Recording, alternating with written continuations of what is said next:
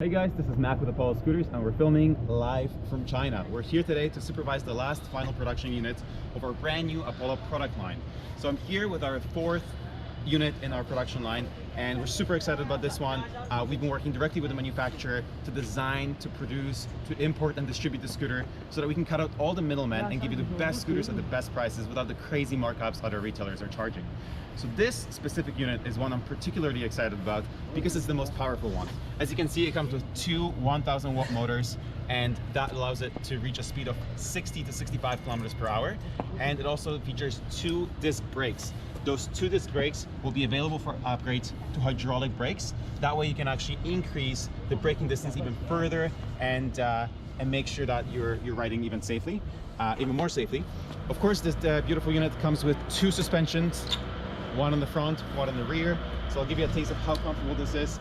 The dual spring suspension plus two 10-inch tires add up to a very, very comfortable ride. And of course, here on the handlebar, we have the display. So you got a throttle as well as the key lock ignition. That way you're looking at added safety features. So for example, if you don't want to bring the scooter into the office or into school, you can always leave it outside, lock it up, and you're going to be just fine. You got the two buttons here, right here. You got the Eco and Turbo single and dual motor, so you have even more control over how this bad boy handles. A couple things to note: that in the final production, we will be changing the brake calipers. They will be black instead of red, and we are working on something super exciting that's going to go on the pedal grip tape right here. Stay tuned for what that's going to look like, but I can tell you right now it's going to be incredible.